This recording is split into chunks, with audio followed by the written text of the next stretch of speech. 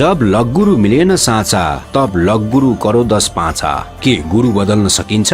के गुरु बदल्नाले पाप लाग्छ? अध्यात्मको यसै मैदानमा आखिर सच्चा गुरु को हुन्? श्रीमद् भागवत गीतामा वर्णित तत्वदर्शी सन्त को हुन्? अवश्य सुन्नुहोस् जगत गुरु तत्वदर्शी सन्त रामपालजी महाराजका मंगलमय प्रवचन। अपने दुर्भाग्य को कोस रहा था कि भगवान के आदेश का मैं पालन नहीं करा। कहने का भाव ये है कि खजाने का कोस भी खत्म हो गया और 4-5 बार मंदिर ने ये समुद्र ने ऐसी ही घटना कर दी। राजा बड़ा चिंतित हुआ कि भगवान ने एक सेवा दी थी, मैं वो नीच कर नहीं पा रहा। दुष्ट दुर्भाग्य है मेरा कि मुंह दिखाऊंगा भगवान को उसके गोलोक में जाकर। उसकी पत्नी कहने लगी कि चिंता ना करे, मेरे पास मेरे गहने रखे कितने, मैं क्या करूंगी, आप इतनी चिंता करें और भगवान के दिए हुए इनसे करते। तो उसने सारे गहने बेच के और फिर शुरू किया। मंदिर बन रहा था, इतने में गोरखनाथ जी आ गए, क्योंकि वो पहचान तो उसको सके नहीं। परमात्मा ने, कबीर जी ने बताया कि वो गोरखनाथ थे, एक सिद्ध पुरुष थे। राजा से कहा कि राजा इतना बढ़िया मंदिर बना रहे हो, उसमें मूर्ति होनी चाहिए भगवान श्री कृष्ण और उसकी बहन सुभद्रा की और बलराम की। बगैर मूर्ति के मंदिर कैसा? उन्होंने कहा, राजा ने कहा कि भगवान ने सौपन में मुझे मना किया था कि सौपन तो सौपन ही होता है, हमारे आदेश का पालन करो। लाल आंख कर ली। राजा डर गया, भाई कि देखा ये कोई दुराशीष ना दे दे साधु। तो राजा ने कहा, जी जैसे आपकी इच्छा, और कहा चंदन की लकड़ी से बनवाना। क्या? अच्छा जी। अब कारीगर खोजे, अब मूर्ति बनाकर तैयार करें। तैयार होते होते बिल्कुल तैयार हो जाए मूर्ति, ऐसे बिखर जा, सारी टूट जा, टुकड़े टुकड़े हो जाती। 2-3 बार ऐसे की, ऐसे टुकड़े टुकड़े होगी। राजा बहुत चिंतित हुआ कि उधर वो सिद्ध पुरुष है, यदि ये मूर्ति नहीं बनवाई तो यूं कहेगा तू पहले नाटे था और तेरी नीत में खोट है, मुझे श्राप देगा।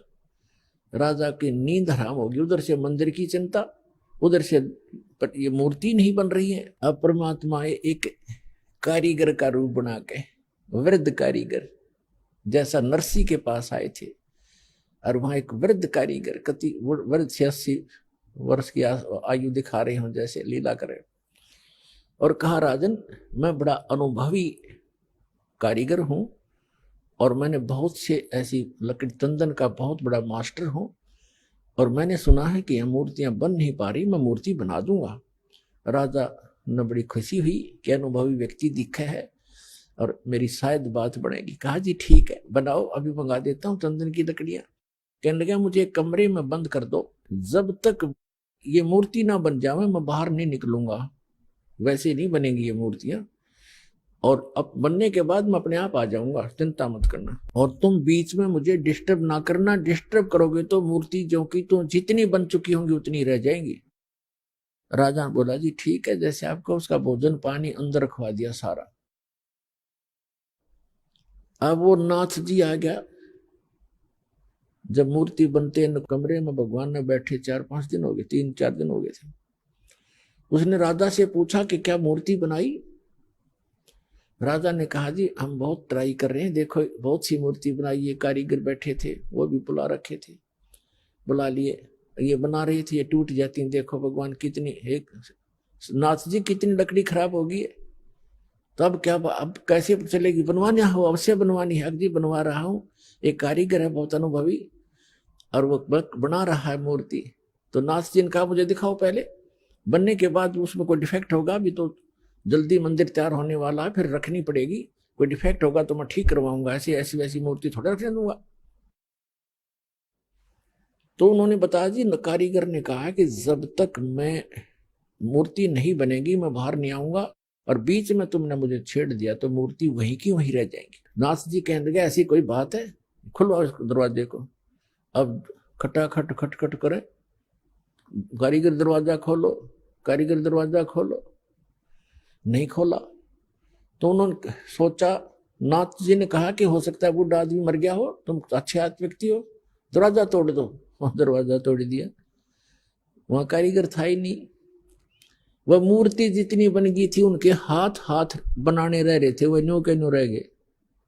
तीनवा के वह टूंड और पैर के पंजे, वो तीनवा न्यू हाथ टूंड न्यू के न्यू,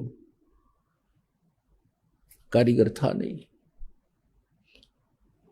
अब नाथ जी कहने लगे, अब राजा कहने लगा जी और बताओ अब क्या करूं। तो अन्य कारीगरों ने बताया जब इसके ऐसे भी लगा दी ना सारी टूट जाएंगे। नाथ जी तो खिसे गया, रख दो नो की नो, मूर्ति अवश्य रख दो। अब वो मूर्ति नो की नो तो रखी है ठाके।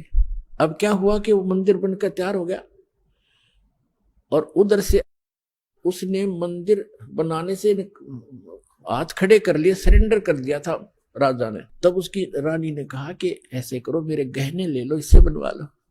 कहने लगा गहने लेकर भी बनवा दूंगा, पर ये समुद्र पता नहीं कौन से जन्म का दुश्मन है मेरा, ये उबड़ते ही आले है ऊपर। तो स्वप्न में भगवान दिखाई दिए श्री कृष्ण जी ने।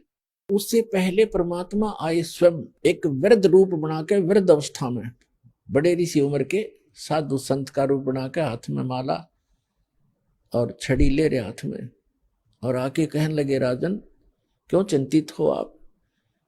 राजा ने बताया कि महाराज जी ऐसे ऐसे मंदिर भगवान दिखे थे स्वप्न में श्री कृष्ण जी, उन्होंने मुझे आदेश दिया था कि मंदिर बना दे इस स्थान पर, समुद्र के पास बनाना जहां गहरा समुद्र हो।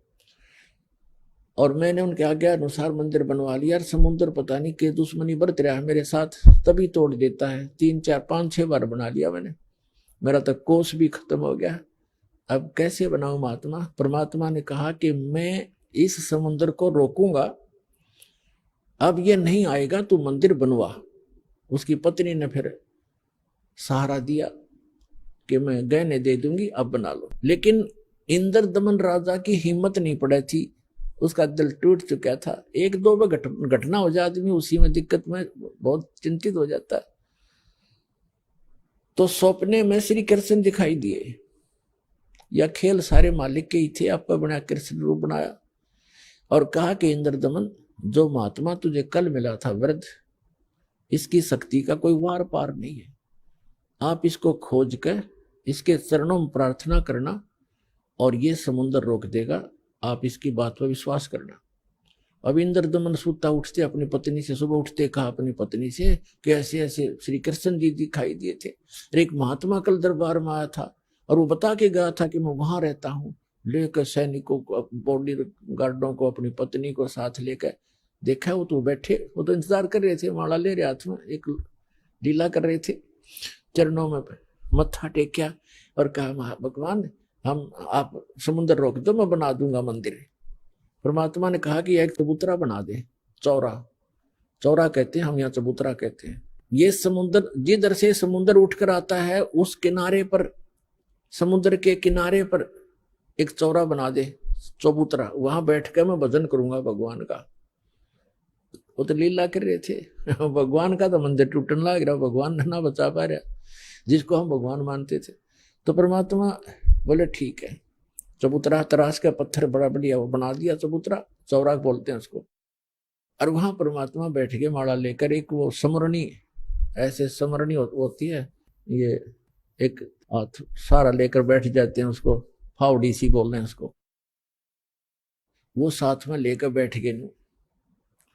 मंदिर बनकर तैयार हो गया कति, और मूर्ति उधर से मालिक ने बनाई दी थी। वह समुद्र एकदम उठा 40 फुट ऊंचा और तूफान का रूप धारण किया, और परमात्मा ने ऐसे कर दिया।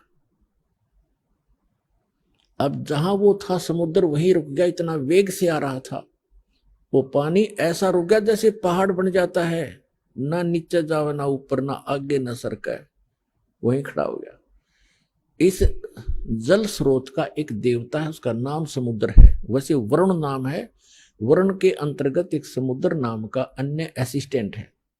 तो वो समुद्र आएगा वहां पर विपर रूप धारण करके, और कहा भगवान मुझे जाने दे आगे, यानी चलने दे मेरे जल को, जो मैंने आज्ञा दी है इसको जाने दो जल को आगे। परमात्मा ने कहा क्या करेगा तू आगे जाकर, कि इस मंदिर को तोड़ूंगा।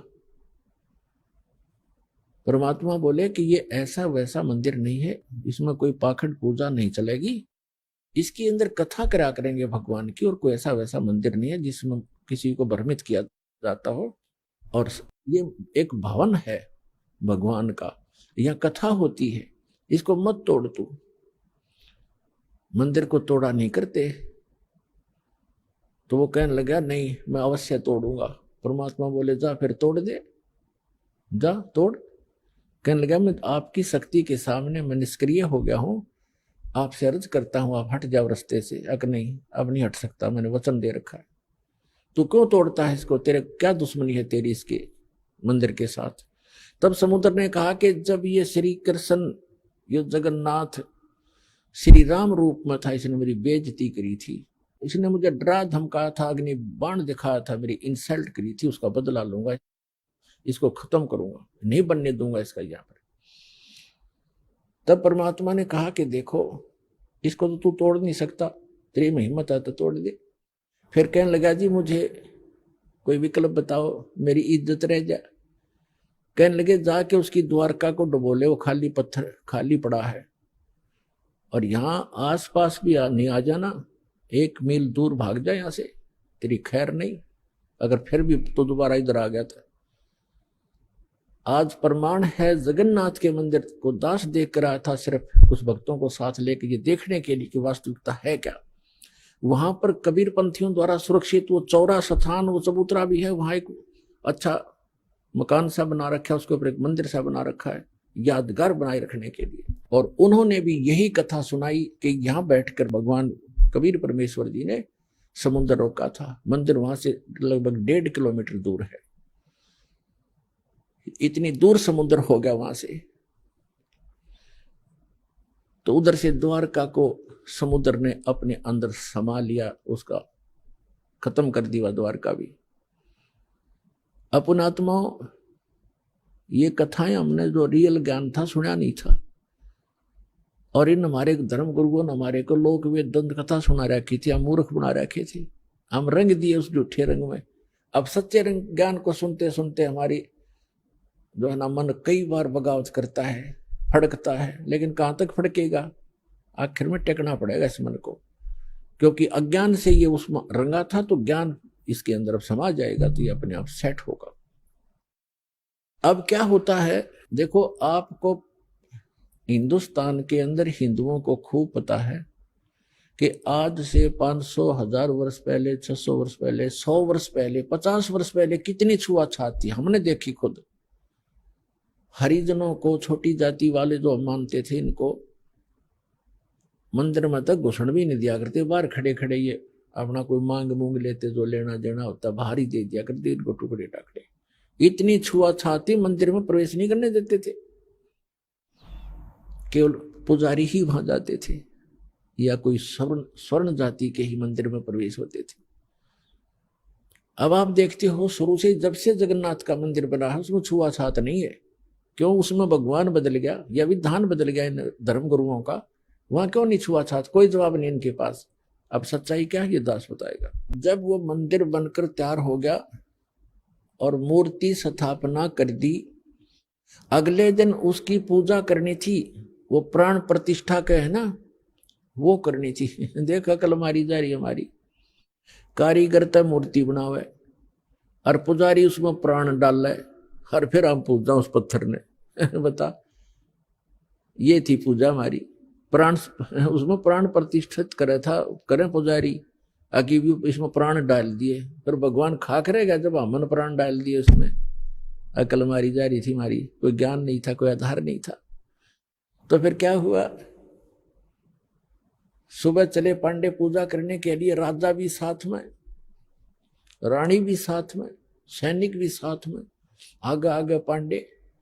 और परमात्मा वहां घूमते थे, उनको पता था ये शूद्र है, ब्राह्मणों को, पंडितों को पता था कि शूद्र है। परमात्मा जगन्नाथ के मंदिर के गेट के बीच में खड़े हो गए उस दिन, जिस दिन वहां थे पूजा करने के लिए। अब परमात्मा ने पीछे मुंह कर लिया, जिधर से वो आ रहे थे मंदिर को देख रहे थे, ऐसे खड़े खड़े, जैसे अजनबी व्यक्ति देखा करता पहली बार आके। अब जो ही वो मुख्य पांडा सामने आया, पहले तो वो मंत्र मंत्र करता नहीं देखता होता तुझे कोई देख रहा है कि नहीं, आज तू सबसे प्रमुख है। सामने निकट आकर देखा कि एक शूद्र खड़ा है गेट पर। परमात्मा को उसने ऐसे हाथ मारा और परमात्मा इतनी दूर गिर गए जाके और कहा, शूद्र तुझे शर्म नहीं आती? तो ऐसे पवित्र मंदिर के द्वार पर खड़ा है, दूर मर जा यहाँ से। तूने अछूत कर दिया सारे मंदिर को। अब परमात्मा एक तरफ बैठ के जाके, जैसे एक ऐसा ही व्यक्ति बैठ जाता है, एक तरफ नु करके बैठ गए। अंदर जाकर क्या देखते हैं, वो तीनों मूर्ति उस अछूत का रूप धारण किए हुए हैं। अरे क्या हो गया, अरे ये क्या हो गया, ये कोई जादूगर है, ये अछूत कोई जादूगर है, देखो मूर्ति कैसी बन गई है।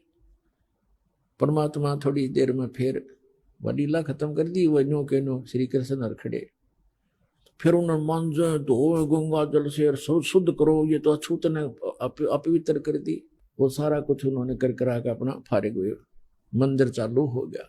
उधर से क्या हुआ, उस मुख्य पांडे ने जिसने भगवान का धक्का मारा था, धक्काए थे, उसके सारे शरीर में कोढ़ शुरू हो गया।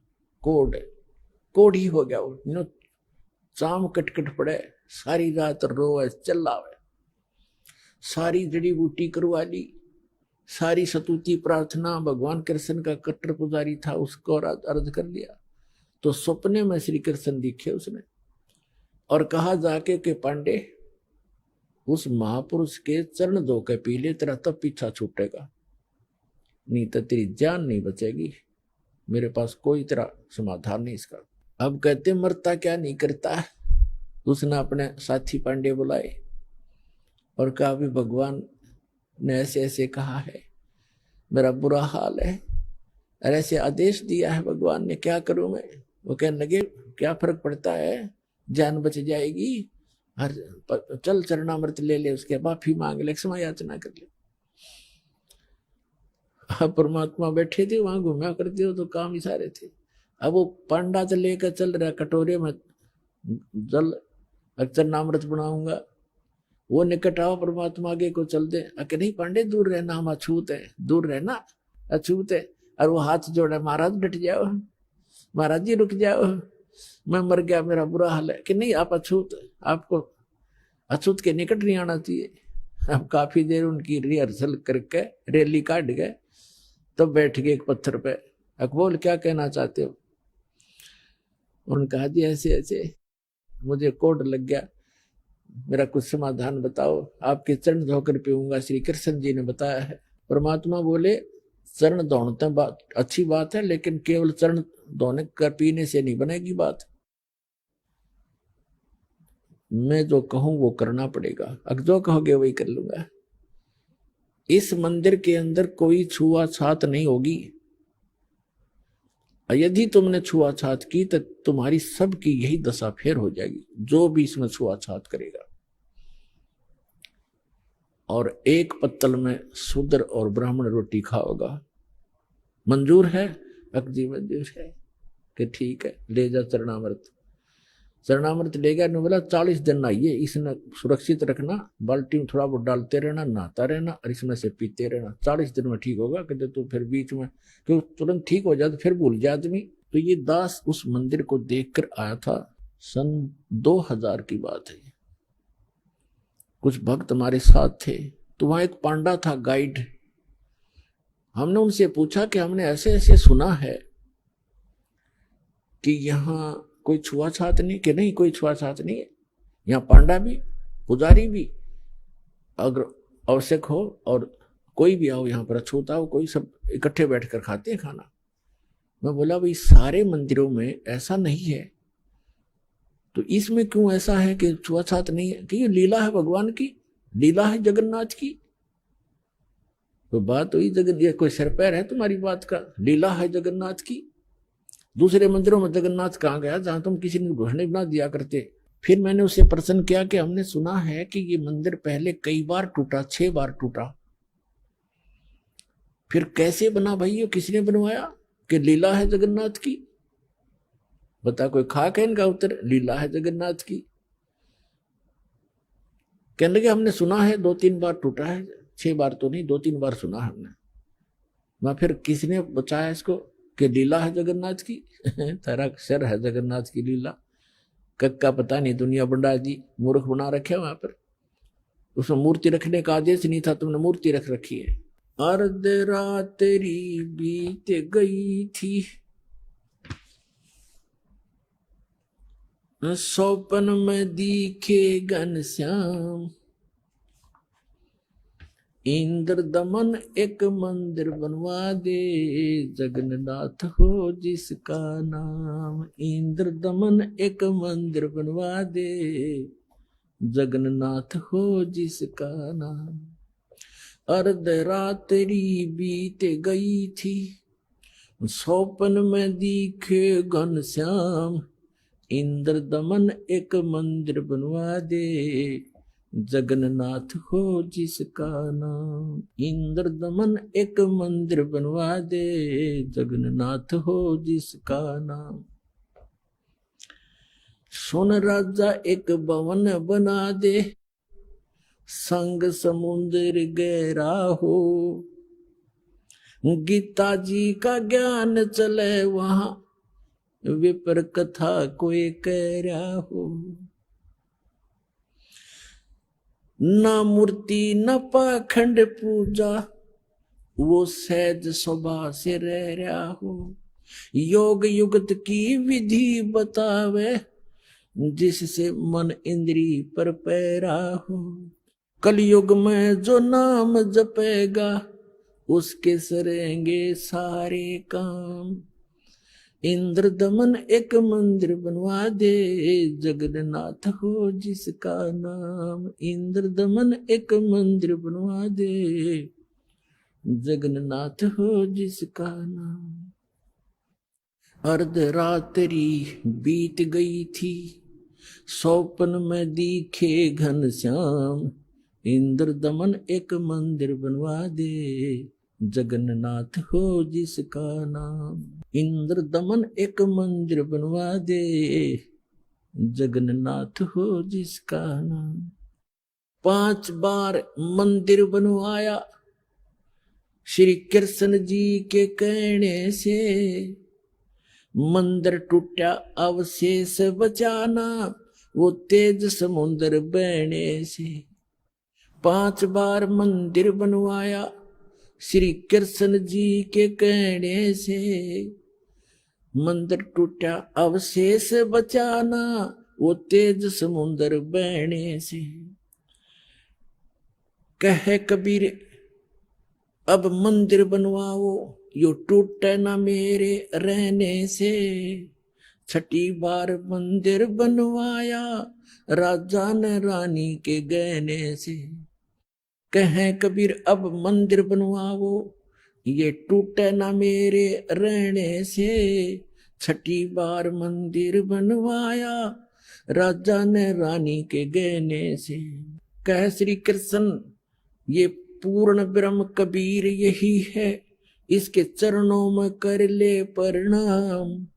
इंद्र दमन एक मंदिर बनवा दे, जगन्नाथ हो जिसका नाम। इंद्र दमन एक मंदिर बनवा दे, जगन्नाथ हो जिसका नाम।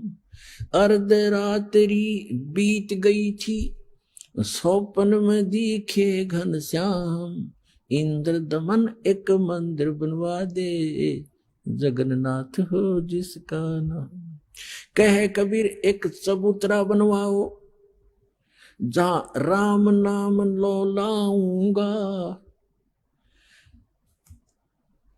जिस पर बैठ मैं समुद्र को रोकूं, और मंदिर को बचाऊंगा। कहे कबीर एक चौरा बनवा दे, जहां बैठ राम नाम लो लाऊंगा। जिस पर बैठ समुद्र को रोकूं, और मंदिर को बचाऊंगा। अब कहे समुद्र उठो भगवान, मैं मंदिर तोड़ने जाऊंगा। राम रूप में इसने मुझे सताया, वो बदला लेना चाहूंगा। कहे समुद्र उठो भगवान, मैं मंदिर तोड़ने जाऊंगा। राम रूप में इसने मुझे सताया, वो बदला लेना चाहूंगा। अग्नि बाण से इसने रास्ता मांगा और कहा था मुझको नीच गुलाम। इंद्रदमन एक मंदिर बनवा दे, जगन्नाथ हो जिसका नाम। इंद्रदमन एक मंदिर बनवा दे, जगन्नाथ हो जिसका नाम। अर्धरात्रि बीत गई थी, स्वप्न में दिखे घनश्याम। इंद्रदमन एक मंदिर बनवा दे, जगन्नाथ हो जिसका नाम। इंद्रदमन एक मंदिर बनवा दे, जगन्नाथ हो जिसका नाम। श्री कृष्ण जी की पूरी द्वारका, परमात्मा ने कहा समुद्र से, श्री कृष्ण जी की पूरी द्वारका उस पर जाकर लाओ घात। इधर समुद्र बहर जो आ गया तो ठीक नहीं रहेगी बात। कृष्ण जी की पूरी द्वारका उस पर जाकर लाओ घात। और सुनो समुद्र जब इधर फिर आ गया ठीक नहीं रहेगी बात। 1 मील वो सागर हट गया, जोड़ करके दोनों हाथ। और पूरी द्वारका डबो ली थी, वो श्री कृष्ण जी की बिगाड़ी जात। 1 मील समुद्र हट गया, जोड़ करके दोनों हाथ। और पूरी द्वारका डबो ली फिर श्री कृष्ण जी की बिगाड़ी जात।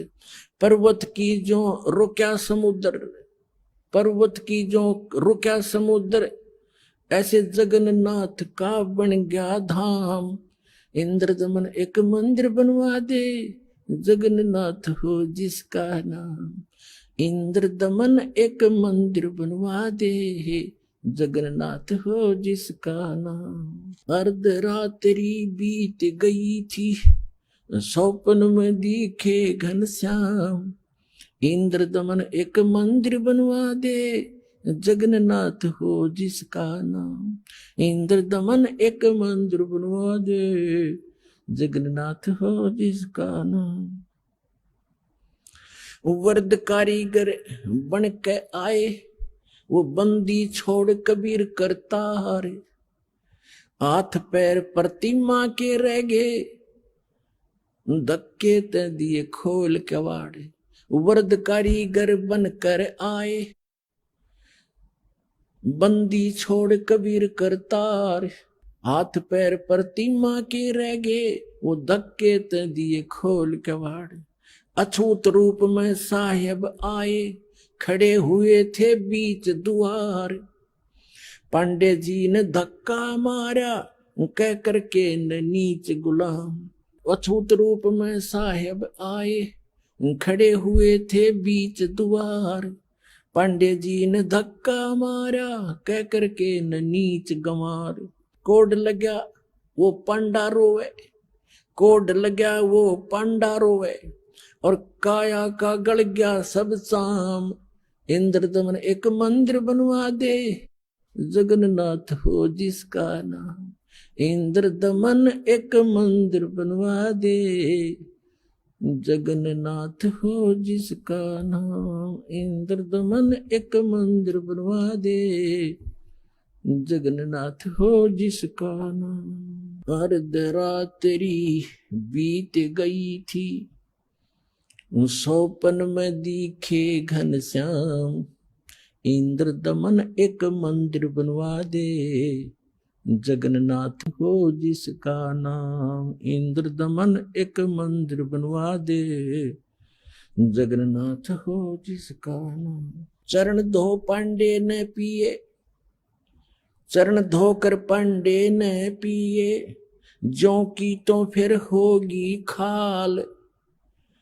और कहे कबीर सुनो सब पांडा, यहाँ पर छुआ छात की न चाल चाल। चरण धोकर पांडे ने पिए, ज्यों की तो फिर होगी खाल। कहे कबीर सुनो सब पांडा, यहाँ छुआ छात की न चाल चाल। जय कोई छुआ छात करेगा उसका भी होगा यही हाल। एक पत्तल में दोनों जिम्मे वहां पंडा गुलाम रामपाल। जय कोई छुआ छात करेगा उसका भी होगा यही हाल। एक पत्तल में दोनों जिम्मे पंडा गुलाम रामपाल। इसमें कौन सा भगवान बदल गया ओ हे कृष्ण ओ हे राम। इंद्र दमन एक मंदिर बनवा दे जगन्नाथ हो जिसका नाम। इंद्र दमन एक मंदिर बनवा दे जगन्नाथ हो जिसका नाम। अपना आत्माओं, आज तक हमारे को यथार्थ ज्ञान सुनने को मिला ही नहीं, लेकिन आत्मा भगवान के लिए उसी दिन से तड़प रही है जिस दिन से ये उससे बिछुड़ कर आई है। और आज परमात्मा ने उस ज्ञान को ऐसा निखारा है, ऐसा उभारा है कि अब इस कलयुग में ये कोई भी इसको उलझा नहीं सकेगा, मिटा नहीं सकेगा। और जिनको भगवान की भक्ति करनी होगी वो भक्त पार बहुत आसानी से हो जाएंगे, क्योंकि अभी तक हमें दिशा ठीक मिली नहीं थी। सभी मानते हैं, सभी संसार के जितने भी धर्म हैं सब मानते हैं परमात्मा एक है, लेकिन हमारे वर्तमान के धर्मगुरु हमारे धर्म ग्रंथों से ही परिचित नहीं है, और जिस कारण से हम अपना जीवन नाश कर रहे और भक्ति ना करके हम अपने मानव जीवन को व्यर्थ कर जाते हैं। फिर भूत पितर और ना जाने कैसे कैसे कष्ट उठाते हैं। तो पुण्यात्माओं, मनुष्य जीवन केवल परमात्मा पाने के लिए मिला है, और जब तक हमें सतगुरु नहीं मिलेंगे, सच्चा ज्ञान नहीं मिलेगा और कंप्लीट कोर्स ऑफ वर्शिप नहीं मिलेगा, तब तक हम चाहे कितना प्रयत्न भी करें, भक्ति भी करें, दान भी करें और चाहे अन्य कोई भी तीर्थ भी करते रहे, उससे कोई लाभ नहीं होगा। अपने आत्मा परमात्मा की लीला, परमात्मा की महिमा में लिखा हुआ है। परमात्मा लीला भी ऐसे ही करते हैं और हमारे सदग्रंथ भी उसको सेकंड करते हैं, उसको प्रमाणित करते हैं, समर्थन करते हैं। क्योंकि हम जितने भी धार्मिक जो धर्म बने हुए हैं और जितने धार्मिक व्यक्ति हैं, प्रत्येक अपने अपने सदग्रंथों को सही सत्य मानते हैं। हिंदू धर्म के अनुयायी अपने पुराणों को, अपने वेदों को, अपनी श्रीमद् भगवद गीता को, इनको सबको कति सत्य मानते हैं और बिल्कुल सत्य हैं, लेकिन हमें ज्ञान उसके विपरीत प्राप्त है। ऐसे ही पवित्र मुसलमान धर्म के धर्मगुरु अपनी कुरान शरीफ को अद्वितीय बुक मानते हैं, अल्लाह का कलाम, भगवान का वर्ड, भगवान की वाणी बोल मानते हैं, लेकिन वो उससे परिचित नहीं है। और इसी प्रकार पवित्र ईसाई धर्म के जितने भी व्यक्ति हैं, अपने पवित्र बाइबल 3 पवित्र बुकों का संग्रह है, जिसमें एक है तौरेत, दूसरी जंबूर और तीसरी इंजिल। इन तीनों को इकट्ठा जल्द करके इसको बाइबल कहा गया है। और इसमें प्रथम ही यानी उस तौरेत के अंदर उत्पत्ति ग्रंथ है, उसके अंदर पहले अध्याय में लिखा है कि परमात्मा ने मनुष्य सब सृष्टि और रचना करके पृथ्वी बना के जल जंतु सब बना करके उसके बाद मनुष्य कहा कि मैं अपने जैसा बनाऊंगा, और ऐसे परमात्मा ने मनुष्य को अपने जैसा उत्पन्न कर दिया, नर और नारी करके उसकी सृष्टि की। और किसी भी उसने पूछ लो आप ईसाई धर्म के श्रद्धालु को पूछ कर देखो कि what is form of God, वो कहेगा गॉड इज फॉर्मलेस। भगवान कैसा है? भगवान निराकार है। और फिर वो पवित्र बाइबल क्या बता रहा है? अब ऐसे पवित्र सिख धर्म के अनुयायियों ने पूछ कर देखो कि वो परमात्मा निराकार है। और वो खुद कहते हैं नानक साहब जी, धानक उपरहा करतार फाई सूरत मुलुक की वेश ए ठगवाड़ा ठगी देश खरासियाना बहुता बारी, धानक रूप रहा करता। और उसमें यहाँ तक वर्णन है, उसके काले आंख हैं, उसका लंबा नाक है, ठुमक ठुमक कर चलता है, सफेद कपड़े पहनता है, सारे लिखे उसके अंदर गुरु ग्रंथ साहिब के अंदर 1257 पृष्ठ पर। और 721 पन्ना पर लिखा है कि एक अर्ज गुप्तम पेश दोदर कौन करतार हक्का कबीर करीम तू बे ए परवरदिगार। और 24 नंबर पृष्ठ पर लिखा है गुरु ग्रंथ साहिब में कि फाई सूरत मुल्क की वेश ए ठगवाड़ा ठग गई देश खरा सियाना बहुता भारी धानक रूप रहा करता। और सभी ऐसे हिंदुओं से पूछ कर देखिएगा पवित्र हिंदू धर्म के अनुयायियों को, और कहेंगे वो तो निराकार है भगवान, और श्री विष्णु जी की मूर्ति घर पे, और भगवान कैसा है दिखा अपने समाधि में, अको तो निराकार है, दिखता थोड़ा ही प्रकाश प्रकाश दिखता है। तो हमारे सबका ये खिचड़ी ज्ञान था।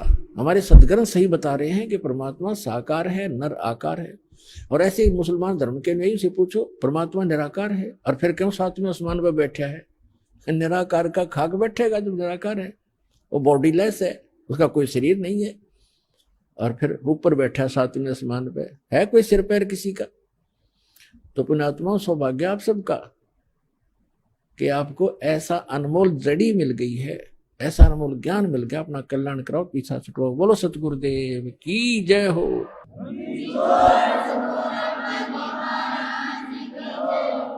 परम पिता परमात्मा पूर्ण ब्रह्म सारी सृष्टि के रचनहार कुल मालिक कबीर देव कबीर साहेब कबीर परमेश्वर जी की असीम रजा से आप सभी पुण्यात्माएं सत्संग श्रवण करने के लिए उपस्थित हुए। जिस प्राणी का बहुत ही पुण्य उदय हो जाता है उसको मानव शरीर प्राप्त होता है। मानव शरीर प्राप्त प्राणी के अंदर जो परमात्मा प्राप्ति की इच्छा प्रबल होती है वो विशेष पुण्यकर्मी प्राणी होते हैं। उनमें से आप एक हैं जो परमात्मा की विशेष आत्माएं हैं जिनको सत्संग सुनने का समय उपलब्ध हुआ। ये 5 दिवसीय सत्संग आज समापन होने जा रहा है। ये किस उपलक्ष्य में है पहले भी बताया था, आज भी नए श्रद्धालु आते हैं उनको जानकारी देते हैं। ये वो शुभ दिन है कि इस दिन परमेश्वर कबीर जी परम अक्षर ब्रह्म सर्वशक्तिमान सर्वसृष्टि रचनहार अपनी प्यारी आत्माओं को यथार्थ ज्ञान प्रदान करने के लिए और सत भक्ति बताने के लिए अपने परम धाम से सतलोक से चलकर आए थे। वो प्रत्येक युग में ऐसी लीला करते हैं। हमारे पवित्र चारों वेद इसके साक्षी हैं। ऋग्वेद मंडल नंबर 9 सूक्त 1 मंत्र 8 और 9 में, ऋग्वेद मंडल नंबर 9 सूक्त 82 के मंत्र 1 2 3 में, ऋग्वेद मंडल नंबर 9 सूक्त 86 के मंत्र 26 और 27 में, ऋग्वेद मंडल नंबर 9 सूक्त 94 के मंत्र 1 में, ऋग्वेद मंडल नंबर 9 सूक्त 95 के मंत्र 2 में, ऋग्वेद मंडल नंबर 9 सूक्त 96 के 96 के मंत्र 16 से 20 में, ऋग्वेद मंडल नंबर 9 सूक्त 20 मंत्र 1 में, ऋग्वेद मंडल नंबर 9 सूक्त 54 मंत्र 3 में, और भी अनेक स्थानों पर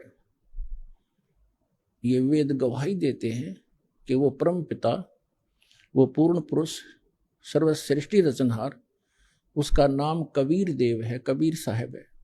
वो सतलोक में रहता है, अविनाशी स्थान पर रहता है, शाश्वत स्थान में रहते हैं। वहां से वो स्वयं चलकर आते हैं सशरीर, 3 प्रकार से शरीर धारण करके वो हम सबका धारण पोषण करते हैं। 3 स्थिति में, एक स्थिति में परमात्मा वहां सिंहासन पर विराजमान रहते तख्त पर एक बहुत बड़े गुंबज में, वहां उनके शरीर का प्रकाश बहुत अत्यधिक है। एक रोमकूप में करोड़ सूर्य मिला दे, करोड़ चंद्रमा, तो भी फीकी रोशनी रहे उन दोनों के मिले जुले प्रकाश की। अन्य रूप धारण करके परमात्मा प्रत्येक युग में एक शिशु रूप धारण करके आते हैं। उसी अपनी लीला अनुसार परमात्मा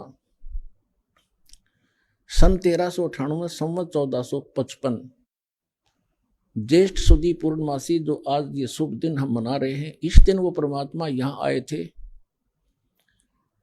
और उस परमेश्वर ने हमारे लिए एक विशेष उपहार दिया, ये सत्य ज्ञान और सत्य साधना, जिसको प्राप्त करके हम अपने उस स्थान पर चले जाएंगे जिसके विषय में श्रीमद् भगवद गीता अध्याय नंबर 15 के श्लोक नंबर 4 में कहा है, गीता ज्ञान दाता कहता है कि तत्वदर्शी संत की प्राप्ति के उपरांत परमेश्वर के उस परम पद की खोज करनी चाहिए, जहां जाने के बाद साधक फिर कभी लौटकर संसार में नहीं आते। गीता ज्ञानदाता अपने विषय में कहता है, गीता अध्याय नंबर 2 के श्लोक नंबर 12 में, गीता अध्याय नंबर 4 के श्लोक 5 और 9 में, गीता अध्याय नंबर 10 के श्लोक नंबर 2 में कि अर्जुन तेरे और मेरे बहुत जन्म हो चुके हैं, आगे भी होते रहेंगे, ना तू अविनाशी है ना मैं अविनाशी हूं। इसलिए उसने कहा 18वें अध्याय के 62वें श्लोक में कि अर्जुन तू सर्वभाव से उस परम अक्षर ब्रह्म की, उस परमेश्वर की शरण में जा जो गीता ज्ञानदाता से अन्य है। उसकी कृपा से तू परम शांति को और सनातन परम धाम को प्राप्त होगा, जहां जाने के बाद फिर कभी लौटकर संसार में जन्म मरण के चक्कर में नहीं आते। तो वो परमात्मा वो ज्ञान बताने के लिए स्वयं आए थे, सतलोक से चलकर आए थे, एक शिशु रूप धारण करके भारत की पवित्र धरती, पवित्र शहर काशी के अंदर एक लहर तारा तालाब शहर से लगभग 4 किलोमीटर की दूरी पर था, आज भी विद्यमान है वो। उसमें विकसित कमल के फूल के ऊपर आकर एक शिशु रूप धारण करके परमात्मा विराजमान हुए थे। एक नीरू नीमा नाम के जुलाहा थे, उनके इसी जन्म की थोड़ी सी हिस्ट्री सुनाते हैं। वो पहले ब्राह्मण थे, गौरी शंकर और सरस्वती उनका नाम था। वो दोनों भगवान शिव के परम भक्त थे, बहुत निस्वार्थ भाव से कथा किया करते थे, किसी भी जनता को भ्रमित नहीं करते थे। जो भी दीक्षिणा उनको प्राप्त होती थी उससे अपना निर्वाह करते थे, और शेष बचे धन को, दीक्षा से प्राप्त शेष बचे धन को भंडारा कर दिया करते थे, संग्रह संचन नहीं करते थे। इस बात से मुसलमान बहुत अक्षुब्ध हुए। उनको ये भी मालूम था कि अन्य ब्राह्मण जो हैं गुरु, वो गौरी शंकर से ज्यादा ईर्षा रखते हैं, क्योंकि उनका बोलबाला उनसे अधिक हो गया था, क्योंकि वो निस्वार्थ कथाएं किया करते थे।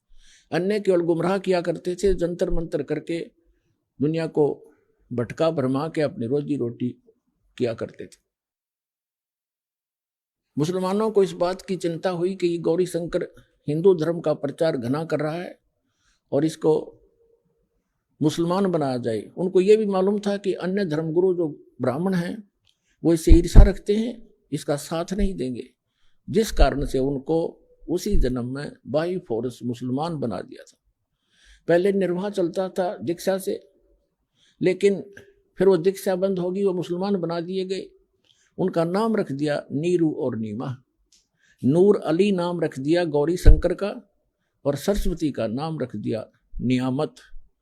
उसको अब भ्रंश करके जैसे कहने लग जाते हैं, नीरू और नीमा कहने लगे। अब उनके सामने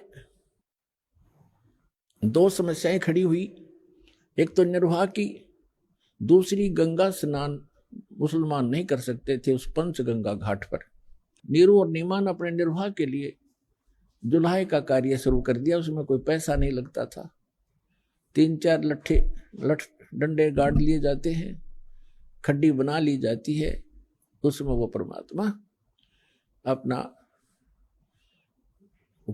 के जो मुंह बोले माता पिता हुए वो अपना निर्वाह करने लगे। अब उनके सामने दूसरी समस्या ये थी कि वो गंगा में स्नान नहीं कर सकते थे,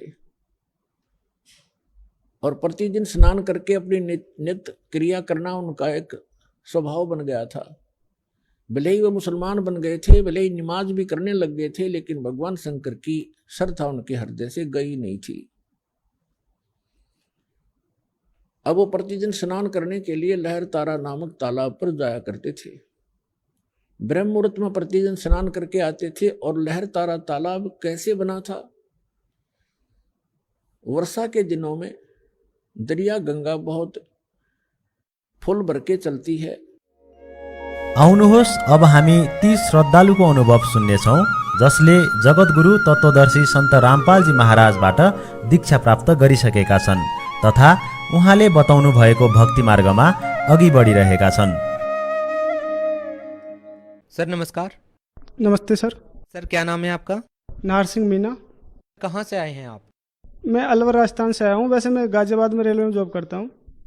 सर, संत रामपाल जी महाराज से नाम दीक्षा लेने से पहले आप क्या भक्ति साधनाएं करते थे? मैं खुद जो हूँ एक हमारे वहाँ पे गांव में एक संत हैं, उनका शिष्य था। उन्होंने मुझे रामायण में नाम का मंत्र दिया था। श्री राम को इष्ट मान कर मैं भक्ति करता था। हनुमान जी का उपासक था मैं। हनुमान जी का व्रत करता था, चोला छंडाता था, मतलब उस पर रंग सिंदूर छंडाता था मूर्ति पे। और मैं बहुत अच्छे से इष्ट मान के उनकी भक्ति करता था कंटिन्यू। मैं कावड़ लेके गया बिहार समस्तीपुर से। मैं बाबा धाम ये छत्तीसगढ़ में है, वहाँ पे मैं कावड़ लेके गया। मैंने 84 जो कोस की परिक्रमा है वो नंगे पैर की। तो इस तरह मैं दृढ़ता से भक्ति कर रहा था और हनुमान जी का ज़्यादा उपासक था। सर, आप एक अच्छे श्रद्धालु की तरह हर वो पूजा साधनाएं कर रहे थे जो कि एक आम साधारण श्रद्धालु करता है। तो सर, हमारा सवाल ये है कि आप जो पहले भक्ति साधनाएं कर ही रहे थे, तो फिर आप संत रामपाल जी महाराज की शरण में क्यों आए? सर, मैं क्या है कि मैं रेलवे में जॉब कर रहा था, तो मैं फेसबुक चला रहा था। तो फेसबुक में मुझे एक दिन अचानक संत रामपाल जी महाराज का सत्संग मिल गया। तो मैं सत्संग देखता रहा तो काफ़ी दिन देखता रहा, 10-15 दिन देखता रहा। मैंने फिर उसमें देखा कि इसमें बता रहे हैं संत रामपाल जी महाराज कि ब्रह्मा विष्णु महेश इनके माता पिता कौन हैं और ब्रह्मा विष्णु महेश की कितनी जन्म आयु है। तो ये देख के मैं शॉक्ड रह गया कि ये क्या ब्रह्मा विष्णु महेश की जन्म मृत्यु होती है। तो परमात्मा की दया से संत रामपाल जी महाराज ने ऐसा ज्ञान बताया उस सत्संग में कि मैं अचंभित रह गया। मेरे पैरों तले जमीन निकल गई। इस तरह मुझे अनुभव हुआ कि ये एक साधारण संत जो इतना अनमोल, इतना हाई लेवल का ज्ञान बता रहे हैं, जो ब्रह्मा विष्णु महेश की उम्र बता रहे हैं। सर देखिए, अभी तक तो यही सुनते आए थे कि ब्रह्मा विष्णु महेश जो हैं वो अजरो अमर हैं, अविनाशी हैं। हम आपसे ये जानना चाहेंगे कि क्या संत रामपाल जी महाराज ने कोई प्रमाण आपको दिए कि ब्रह्मा विष्णु महेश अजर अमर नहीं हैं, अविनाशी नहीं हैं? क्या कहना चाहेंगे आप? यस सर, उन्होंने प्रमाण दिया। उन्होंने दुर्गा पुराण में बताया, विष्णु पुराण में बताया कि वो नासवान हैं और उनकी जन्म मृत्यु होती है। और उनसे भी बड़े 3 भगवान हैं, ब्रह्मा विष्णु महेश से बड़े उन्होंने संत रामपाल जी महाराज ने 3 भगवान बताए। तो उनमें उन्होंने प्रमाण बताया। गीता अध्याय 15 का 16वां श्लोक, उसमें 2 भगवान बताए कि एक तो क्षर पुरुष जो गीता का ज्ञान दे रहा है, और एक उससे बड़ा है जो अक्षर पुरुष है, और उससे भी एक बड़ा भगवान है जो सबसे बड़ा है, सर्वोत्तम है, पूर्ण ब्रह्म में, वो अविनाशी है। तो वो संत रामपाल जी महाराज जी पूर्ण ब्रह्म कबीर देव की सत्य भक्ति बता रहे थे। तो उसको जब हम देखे, उसको हम समझे, तो वास्तव में पता लगा कि हम तो कबीर परमात्मा की संतान हैं और वो हमारे असली परमपिता परमेश्वर है। सर, ये बात तो माननी पड़ेगी कि संत रामपाल जी महाराज के ज्ञान का कोई सानी नहीं है, क्योंकि वो जितना भी ज्ञान बताते हैं वो प्रमाणित बताते हैं, शास्त्रों के आधार पर बताते हैं। साथ ही उनका ये भी कहना है कि कबीर परमात्मा है। सर, हम आपसे ये जानना चाहेंगे कि क्या इसका भी प्रमाण संत रामपाल जी महाराज देते हैं? जी, उन्होंने स्पष्ट बताया कि उन्होंने वेद खोले। वेद में ऋग्वेद मंडल नंबर 9 सूक्त 96 मंत्र 16, 17 और 18 और 19, 20 इन 4-5 श्लोकों में, मंत्रों में पूरा उन्होंने प्रमाण बताया कि वो कबीर देव हैं और वो तीसरे रिद्ध धाम में रहते हैं। सबसे ऊपर जो तीसरा रिद्ध धाम है, उसमें मानव के रूप में, एक राजा के शरीर के रूप में, प्रकाशमान शरीर में कबीर परमात्मा साकार रूप में रहता है।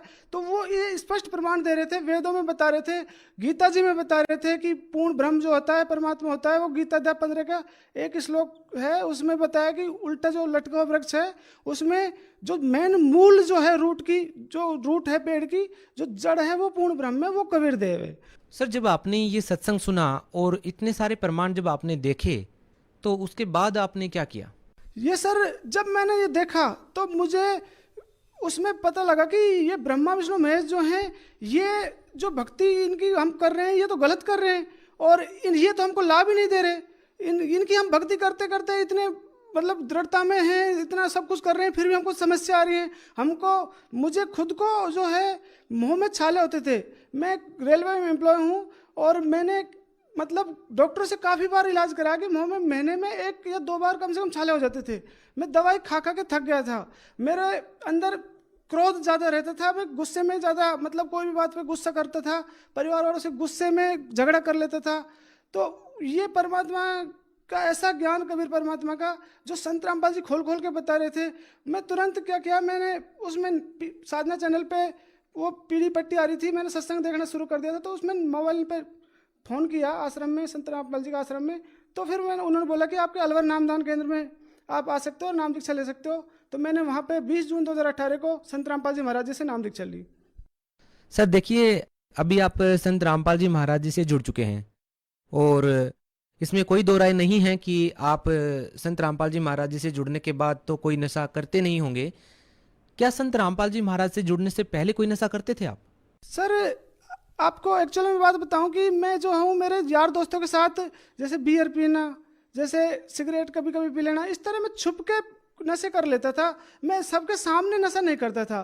पर मैंने सत्संग में संत रामपाल जी महाराज जी के माध्यम से जाना कि अगर कोई एक बार भी शराब पीता है तो उसमें स्पष्ट लिखा हुआ है, मदिरा पीवे कड़वा पानी 70 जन्म स्वान के जानी। अगर कोई एक बार शराब पीता है तो उसका 70 बार कुत्ते का जन्म भोगना पड़ता है। तो दूसरी चीज, हम मांस भी खा लेते थे। हम मीणा समाज में रहे, जन्म हुआ है तो हम मांस खा लेते थे। मांस का खिलाने का हम बहुत अच्छा एक इज्जत सम्मान मानते थे। तो ऐसी गलतियां कर रहे थे हम। तो हम जब संत रामपाल जी महाराज जी से जुड़े और तब उनके हमने नियम देखे, तो नशा करने की तो बात दूर, किसी को कराना भी नहीं चाहिए, और मांस खाने के बाद दूर किसी को खिलाना भी नहीं है। तो ये चीज़ें जान के हमको बहुत अच्छा लगा और हमारे ये वहीं से ये हमारी शुरुआत हो गई। मेरा वो नशा वहाँ से छूट गया। करने के बाद दूर हम कराना भी बंद कर दिए। साथ साथ जब ये ज्ञान मिला परमात्मा का, तो हमारे संत रामपाल जी महाराज जी स्पष्ट बताते हैं कि बेटा ये ज्ञान ऐसा है, सबको बताना है। तो हमने हमारे माँ बाप को बताना शुरू किया, क्योंकि वो नशा कर रहे थे। वो जन्म से ही, जब से हमको सूरत है तब से वो बीड़ी और तम्बाकू हुक्का का सेवन कर रहे थे। तो हमने उनको प्रार्थना की, सत्संग सुनाया, काफ़ी सत्संग बोला कि संत रामपाल जी का सत्संग सुने। तो उन्होंने सत्संग सुनकर संत रामपाल जी महाराज के ज्ञान समझकर उन्होंने भी नशा छोड़ दिया। सर देखिए, एक आम साधारण व्यक्ति के लिए नशा छोड़ना बेहद कठिन कार्य है। सरकार भी काफ़ी कोशिशें करती हैं, नशा मुक्ति केंद्र सरकार ने खोले हुए हैं, बावजूद इसके व्यक्ति नशा नहीं छोड़ पाता है। आपने संत रामपाल जी महाराज जी से नाम दीक्षा लेने के बाद नशा छोड़ दिया है। आपके परिवार के व्यक्ति जो नशा करते थे उन्होंने भी नशा छोड़ दिया है। संत रामपाल जी महाराज ऐसी कौन सी जड़ी बूटी देते हैं कि जो व्यक्ति उनसे नाम दीक्षा लेता है वो नशा छोड़ देता है? संत रामपाल जी महाराज हमें सत्संग में ऐसा ज्ञान बताते हैं, ऐसा मार्मिक ज्ञान, सत्य ज्ञान बताते हैं जो शास्त्र प्रमाणित है। उससे हमको आत्मा का ज्ञान हो जाता है और वो परमात्मा का ज्ञान हो जाता है। तो उससे हम ऑटोमेटिक उस सत्य ज्ञान से, नशे से दूर हो जाते हैं। संत रामपाल जी महाराज से नाम दीक्षा लेने के बाद आपको कितने लाभ मिले हैं? सर लाभ, इतने लाभ मिले कि शायद हम आपको गिना नहीं सकते, लेकिन अभी कुछ आपको पॉइंट बता सकते हैं। देखो, सबसे पहले एक हमको परमात्मा संत रामपाल जी महाराज जी ने, कबीर साहब जी के जो अवतार हैं आज वर्तमान में, उन्होंने जीवन दान दिया। एक बार मैं, मेरे साथी भाई था, उसके साथ मैं बाइक पे जा रहा था और हाईवे पे कम से कम 100 की स्पीड थी बाइक की, पीछे बैठा हुआ था। तो सतनाम मंत्र का जाप कर रहा था मैं। वो जगत भाई गाड़ी 100 की स्पीड से चला रहा था। अचानक हमारे सामने एक टेम्पो 3 व्हीलर आया और उसने हमारे सामने ब्रेक लगा दिए। हमारी साइड मतलब उसने ब्रेक लगा दिए। तो जिस साइड हम जा रहे थे उसी साइड उसने ब्रेक लगा दिए। तो फिर हमारे जो ड्राइवर भाई थे उन्होंने भी तुरंत ब्रेक लिया। तो परमात्मा ने ऐसी दया की, कम से कम हमारी बाइक 20 फीट उसके पीछे पीछे फिसली और वो 20 फीट फिसलती हुई एक साइड में एक जगह खड़ी कर दी संत रामपाल जी भगवान ने। तो उस दिन हमारी दोनों की मौत थी। तो जब हमारा मौत का मतलब संत रामपाल जी महाराज ने ही हमको उस दिन बचाया, क्योंकि हम सतनाम मंत्र का जाप करते हुए वहाँ पे सफ़र में कर रहे थे। तो इस तरीके से संत रामपाल जी महाराज ने हमको एक बार तो जीवन दान दिया, ये हम कहेंगे। इस सत भक्ति के, सत मंत्र के कारण हमारी उम्र परमात्मा ने बढ़ा दी। और दूसरी चीज़, हमें हमारे पैरों में, जब मैं आराम करता था, सोता था, तो मुझे रेस्टलेस लेग सिंड्रोम की बीमारी थी, जिससे मेरे को पैरों में बहुत अत्यधिक नस खिंचाव होता था। उससे मेरे पैरों में, नसों में दर्द होता था। तो मैंने दवाई भी कराई थी, लेकिन दवाई का कोई समाधान नहीं निकला। रेलवे की दवा खा के मैं थक गया था। उस दवा के खाने से मेरे को छाले भी बढ़ गए थे मुँह में। एक महीने में 2 बार छाले हो जा रहे थे, इतनी दवा खा रहा था मैं। तो फिर परमात्मा संत रामपाल जी महाराज ने ऐसी दया की कि वो मेरे पैरों की दर्द भी सही कर दिया। मेरे अंदर पहले बहुत गुस्सा था। तो संत रामपाल जी महाराज जी के एक दिन सत्संग में ऐसे वाणी सुनी कामी क्रोधी लालची इनसे भक्ति ना होए, भक्ति करे कोई सूरमा जात वर्ण कुल खोए। तो हमने उस दिन अवलोकन किया कि हम तो बहुत बड़ी गलती कर रहे हैं, हम भगवान के इस तरह लाभ नहीं ले सकते। तो उस दिन से हमने गुस्सा करना बंद कर दिया। और कबीर परमात्मा ने, मेरे पेट में दर्द होता था खाने के बाद में, तो परमात्मा ने ऐसी दया की कि वो कम से कम 5-6 साल से दर्द चलता ही आ रहा था। तो आज हम सतनाम का मंत्र का जाप करते हैं तो वो दर्द भी आज गायब कर दिया। परमात्मा ने इतने अनेक लाभ दिए हैं। मेरा बड़ा भाई एक बार ऐसे ही रोड पे अकेला बाइक चला के लेके जा रहा था, अचानक रोड पे अकेला वो फिसल के इतना तेज गिरा कि वहीं अचेत हो गया। उसको दूर से लोग देख रहे थे, तो वो लोग आए, भागकर दौड़कर उसको उठाया और हमारे घर पहुंचा दिया। तो घर पहुंचाने के बाद में उसको काफ़ी देर बाद में होश आया। अगर वो संत रामपाल जी महाराज की भक्ति में नहीं होता और कबीर परमात्मा की सच्ची भक्ति नहीं करता रहता तो आज वो हमारे साथ नहीं रहता। आज परमात्मा ने उनकी भी उम्र बढ़ा दी। मेरे पिताजी को बवासीर की बीमारी थी, उन्होंने काफ़ी देसी दवाई कराई, डॉक्टर से दवा कराई। दास जब भी जाता था तो वो दुखी होके पैसे मांगता था, तो दास पैसा देता था, लेकिन उनको इलाज नहीं हो रहा था, उनकी समस्या का समाधान नहीं हो रहा था। तो संत रामपाल जी महाराज की असीम कृपा से उस भक्ति से उनको जब सतनाम मंत्र मिल गया तो उनकी वो बीमारी भी धीरे धीरे कम होती गई और आज वो बिल्कुल स्वस्थ हैं। हमारी माता और पिता नशा करते थे, तम्बाकू बीड़ी हुक्का पीते थे, आज वो भी नशा नहीं करते हैं। आप यकीन मानना, ये कबीर परमात्मा के रूप में संत रामपाल जी महाराज आए हुए हैं और आज सच्ची शास्त्रों के अनुसार भक्ति बता रहे हैं, जिससे हम इस 84 लाख योनियों में से छुटकारा पा सकते हैं। हम इस काल की बहुत बड़ी जेल में फंसे हुए हैं, जहाँ ब्रह्मा विष्णु महेश तक की जन्म मृत्यु हो रही है, जहाँ देवताओं की, स्वर्ग के देवताओं की यहाँ पे 84 लाख योनियों में यहाँ पे दुख भोगना पड़ता है, उनकी जन्म मृत्यु होती है। तो हम यहाँ पे सदा सुख कैसे रह सकते हैं? हमें सतलोक जो आदि सनातन धाम है वहाँ जाने के लिए सभी को भक्ति करनी चाहिए। और उसका सच्चा जो भक्ति मार्ग है वो केवल इस धरती पे संत रामपाल जी महाराज जी के पास ही है। संत रामपाल जी महाराज से नाम दीक्षा लेने के बाद आपको बहुत सारे लाभ मिले हैं, जीवन दान आपको मिला है। आप भगत समाज को क्या संदेश देना चाहेंगे? हमको इतने लाभ मिले हैं, अब संत रामपाल जी महाराज जी सच्चे भक्ति से सबको लाभ दे सकते हैं। अगर वो संत रामपाल जी महाराज जी से अविलंब अपना आत्मा का कल्याण कराने के लिए, मोक्ष का मार्ग जानने के लिए और उसको पाने के लिए अगर संत रामपाल जी महाराज से जुड़ जाएं तो वो परमात्मा की सुख शांति भी यहाँ धरती पे पा सकते हैं, इस लोक में सुख शांति हो सकते हैं और साथ में परमात्मा की प्राप्ति भी कर सकते हैं। जिसे पूर्ण कबीर परमात्मा बोलते हैं, पूर्ण परमात्मा कबीर साहब को बोलते हैं, उस आदि सनातन सतलोक को वो जा सकते हैं। तो मेरी हाथ जोड़ के सभी धर्म गुरु और सभी धर्म के अनुयायियों से हाथ जोड़ के प्रार्थना है कि आप केवल दास 20 दिन का सत्संग सुना, उससे संत रामपाल जी महाराज जी का सच्चा ज्ञान समझ गया, तो आप कुछ दिन सत्संग सुन के देखें। आप संत रामपाल जी महाराज को फेसबुक पे स्पिरिचुअल लीडर संत रामपाल जी महाराज जो है उस पर दास को देखकर उनसे सच्ची भक्ति मिली है, आप भी देख सकते हैं। आप यूट्यूब चैनल है संत रामपाल जी महाराज जी का, उस पर आप उनको देख सकते हैं, ट्विटर पे देख सकते हैं। आप संत रामपाल जी महाराज का ऐप है, संत रामपाल जी महाराज ऐप, उससे आप संत रामपाल जी का ज्ञान सुन सकते हैं।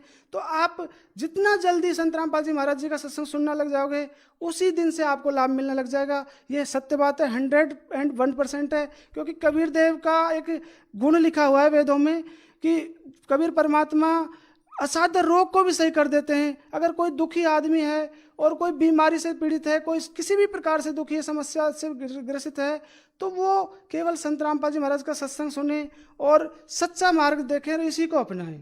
सर बहुत बहुत धन्यवाद। ठीक है सर, थैंक यू।